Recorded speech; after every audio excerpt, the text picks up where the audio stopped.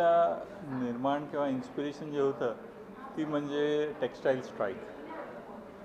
Textile industry जेव्हा doctor Datta सामंतच्या वेळी जी स्ट्राईकमध्ये बंद झाली, त्यानंतर माझ्यासारख्या टेक्स्टाईल डिप्लोमा होल्डरला काय मार्गच नव्हता नोकरीचा.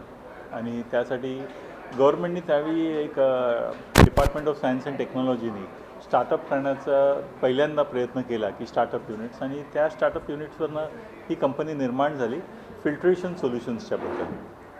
त्यावेळीची ती फिल्ट्रेशन सोल्युशन्सची जी कंपनी होती त्यावेळी महत्त्वाचं होतं म्हणजे त्यावेळी टेक्स्टाईल वर्कर्सला बिसोनोसिस होत होते, कोल वर्कर्सला न्युमोकोनोसिस होत होते, एस्बेस्टॉस लायनिंगवाल्यांना अनेक छातीचे रोग व्हायचे.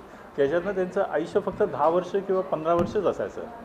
म्हणजे जर एखादा कर्मचारी किंवा एखादा कामगार 30व्या वर्षी जर जॉईन झाला तर तो 40 वर्ष त्याचंच लाईफ होतं.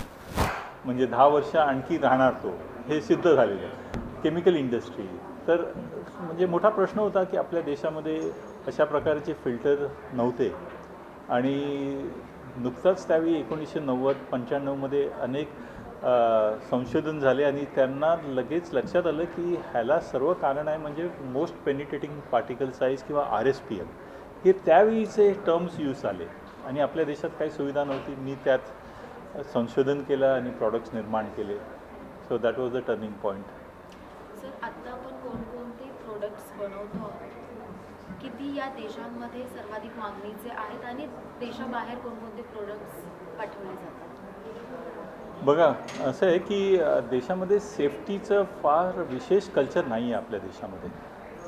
म्हणजे उदाहरण सांगायला जर तुम्हाला गेलो तर साऊथ कोरिया आपल्यापेक्षा कित्येक पटीने लहान देश आहे, पण कित्येक पटीने आपल्यापेक्षा प्रयोगशील देश आहे. किंवा युनायटेड अरब एमिरेट्स हा आपल्यापेक्षा अत्यंत लहान देश आहे, पण तिकडे पण इंडस्ट्रीज आहेत. आपल्याकडे त्याच्याहून कितीतरी संख्या जास्तनी इंडस्ट्रीज आहेत, पण तरी पण सेफ्टीचा उपयोग जो आपल्या देशात आहे क्वांटिटीमध्ये, तो या 2 लहान देशांपेक्षा पण कमी आहे. म्हणजे तुम्हाला लक्षात येईल की हे पोटेन्शियल मार्केट आपण म्हणू शकतो, पण असं नाही की ते मार्केट रेडी आहे. ते मार्केट रेडी करावं लागेल सर्वांना मिळून, इन्क्लुडिंग मीडियाला, की अवेअरनेस प्रोग्राम करावा लागेल. की एकावेळी असं होतं आमच्या भारतीय कामगार लोकांना असं वाटायचं की बाबा अगोदर घरचं लोकांची माझं संतुष्टा किंवा त्यांचं जेवण हे सर्व मिळालं पाहिजे. पण आज मला वाटत नाही तो प्रश्न राहील या नवीन गव्हर्नमेंट आणि मोदी साहेबांच्या काळामध्ये. आणि नक्की प्रश्न राहील की आता मी जगण्याच्या इच्छितो आणि त्यासाठी माझं आयुष्य वाढलं पाहिजे आणि त्यासाठी सेफ्टी हा महत्त्वाचा आहे. तर त्या ह्याच्याने मला वाटतं की सेफ्टीचा जेवढा तुम्ही अवेअरनेस करणार, सेफ्टीचा वापर जेवढा करणार, लोक जेवढी सेफ्टीचं उपयुक्त करणार, तेव्हा सेफ्टीचा बिझनेस वाढेल. सर, एक मिनिट. किती प्रोडक्ट्स बनवतो सध्या? मास्क किती प्रकारचे मास्क बनवतो? करीबन साधारण आम्ही 750 प्रकाराचे वेगवेगळे मास्क बनवतो. कारण काय असतं की मास्कमध्ये आता नवीन जे ISO स्टँडर्ड आलेले आहेत त्यामध्ये एक मोठा बदल झालेला आहे की फेस साईजप्रमाणे मास्क बनवायचं एक काम चालू झालेलं आहे. आणि त्याचा जो उद्देश असा आहे की मास्क किती जरी चांगला असेल फिल्टर, पण जर तो फिट व्यवस्थित होत नसेल तर तो काम होत नाही. जसं तुमचे शर्टचे साईजेस आहेत, जसे तुमचे बुटाचे साईजेस आहेत, प्रत्येक माणसाला काहीतरी वेगळा राखतो. तर ते एक महत्त्वाची गोष्ट आहे. दुसरी गोष्ट, मास्कमध्ये व्हरायटीज निर्माण होण्याचं कारण म्हणजे की ब्रीदिंग रेट हा एक ठराव राहतो की कुठच्या प्रकारचा मास्क वापरला पाहिजे. पहिल्यांदा झालं चेहऱ्याचा साईज, पण दुसरा प्रकार राहतो ब्रीदिंग रेट. जो मनुष्य टेबलवरती बसून काम करतो किंवा जो मनुष्य एअर कंडिशनिंग फॅक्टरीमध्ये काम करतो किंवा जो मनुष्य वर्कशॉपमध्ये काम करतो आणि जो मनुष्य रस्त्यावरती काम करतो किंवा जो कर्मचारी अतिशय मेहनतशील काम करतो, ह्यांचे सर्वांचे श्वास घेण्याची जे स्पीड आहे, वेग आहे, तो बदलत असतो आणि त्याप्रमाणे त्याला तो मास्क मिळाला पाहिजे. परत तिसरी गोष्ट ह्यात अशी येते की प्रत्येकांचेच जे चॅलेंजेस आहेत, गॅस किंवा कंटॅमिनेंट किंवा फायबर किंवा वेगळ्या प्रकारचे चॅलेंजेस असू शकतात. म्हणजे आपल्याला त्या चॅलेंजकडे पण बघायचं आहे की कंटॅमिनंट काय असेल, त्याचं ब्रिदिंग रेटकडे पण बघायचं आहे की किती वेगाने हा श्वास घेतो आहे आणि कुठच्या प्रकाराचा हा चेहरा असेल, त्याप्रमाणे हे मास्क वेगळ्या प्रकारचे होतात. सर, भारतामध्ये सध्या आत्मनिर्भर भारत आणि मेड इन इंडियाला चालना मिळत असताना आपल्या गुंतवणुकीकडे किंवा आपल्या क्षेत्राच्या भरभराटीला कसं प्रोत्साहन मिळत आहे, कशी चालना मिळत आहे?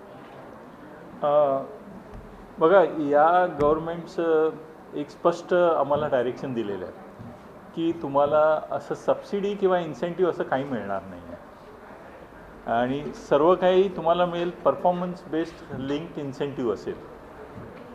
तर इंडस्ट्री कळून चुकलेली आहे की सबसिडी आणि इन्सेंटिव्ह किंवा टॅक्समध्ये कमी दर्जा हा अपेक्षित ठेवूच नका. कारण आता टॅक्समध्ये सर्वांना GST लागू झालेलं आहे, GSTचा वॅट व्यवस्थित लागू झालेला आहे.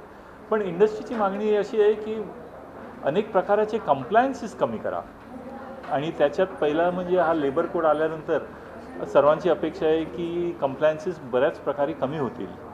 कारण अनेक इन्स्पेक्टरेट राजमध्ये इन्स्पेक्टर्स येत असतात आणि एखाद्या लहान उद्योगाचं किंवा स्मॉल स्केल इंडस्ट्रीचा टाईम त्यातच फेस करण्यात जातो, मार्केटिंग किंवा मॅन्युफॅक्चरिंग किंवा R&Dमध्ये जात नाही.